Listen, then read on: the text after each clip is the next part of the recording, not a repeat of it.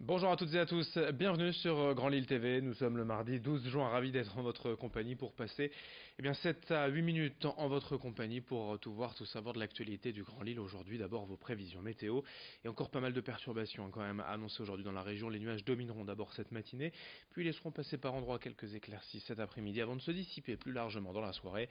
Pas de précipitations en tout cas prévues aujourd'hui sur le nord de la France, mais une petite baisse des températures.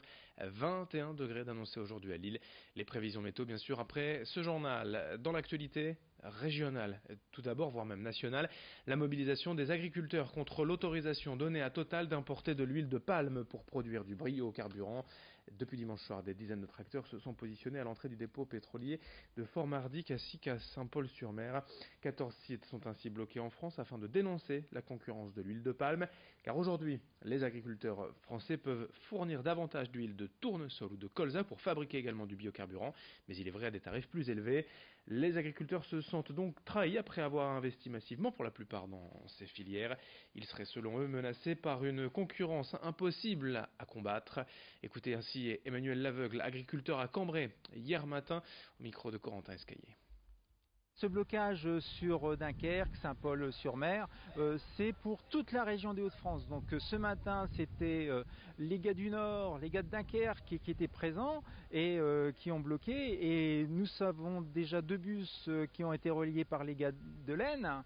En demain, ça sera les gars de l'Oise, du Nord. Voilà, donc tout le monde est présent et tout le monde fait une rotation.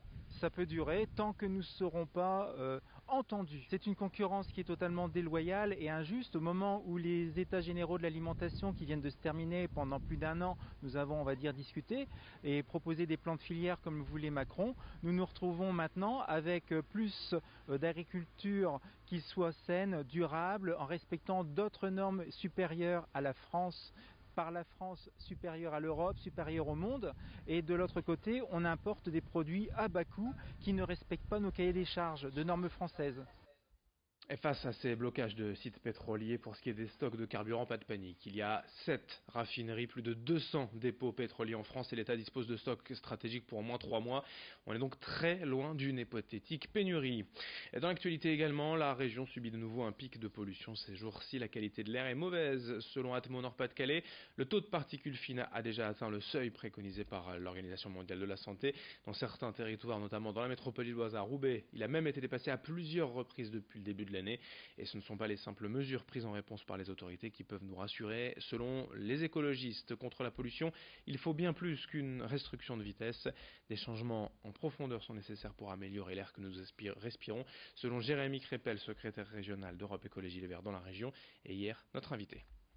Ce qu'il faut faire, c'est vraiment une solution de grande ampleur, de fond, travailler pour faire baisser durablement la pollution, parce qu'on parle toujours des pics de pollution, mais en fait le plus dangereux pour la santé, c'est cette soupe dans laquelle nous baignons à longueur de temps, qui est déjà trop polluée de manière générale, et qui nous fait perdre par exemple des années d'espérance de vie. C'est 16 mois dans la région Nord-Pas-de-Calais, et c'est à peu près 1700 décès par an sur la métropole de Lille à cause de la pollution. Ce sont des maladies respiratoires chroniques, ce sont aussi des maladies cardiovasculaires, puisque la pollution nous empêche de bien nous oxygéner, donc empêche le cœur de bien fonctionner.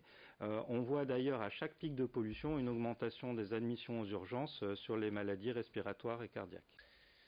Bientôt l'été dans la région et cette année encore le conseil régional renouvelle évidemment sa fameuse opération et TER, des billets à 2 € pour voyager vers plus de 50 destinations touristiques. Toutes les informations à ce propos avec Estelle Dargent qui nous a rejoint en plateau.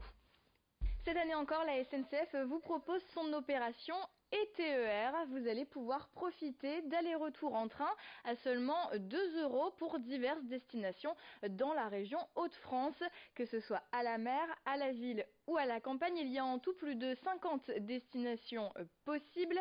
Vous pourrez par exemple découvrir la baie de Somme en Picardie, le Louvre-Lens ou pourquoi pas le site du Val-Joli. Bref, vous avez le choix. Alors comment ça se passe? Eh bien déjà, il faut savoir que tout le monde y a accès. Il n'y a pas de conditions à remplir pour profiter de cette opération ETER. Il suffit simplement de se rendre dans la gare la plus proche de chez vous. Et attention, les tickets partent très vite car les stocks sont limités. Alors à partir du 25 juin, vous pourrez prendre vos billets pour le premier week-end mer qui sera du 7 au 8 juillet. Et ainsi de suite, vous pourrez réserver vos billets 2 semaines à l'avance. Pour connaître tous les week-ends réservables, rendez-vous sur le site hautdefrance.fr.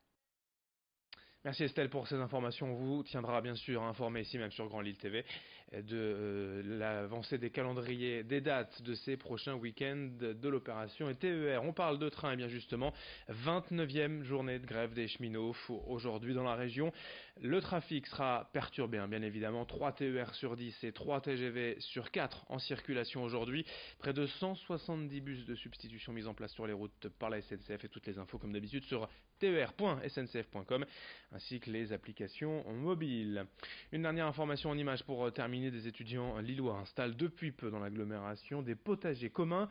7 étudiants de la faculté d'ingénierie et de management de la santé qui veulent sensibiliser au développement durable tout en créant du lien social dans les quartiers.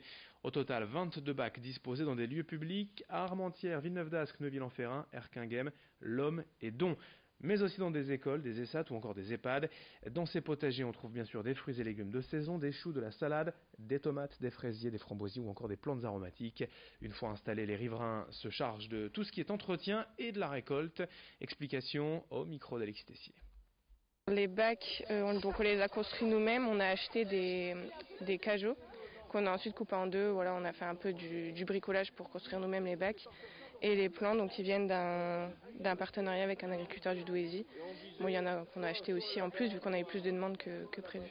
Ça sensibilise au développement durable déjà par le fait qu'on cultive nous-mêmes nos produits locaux.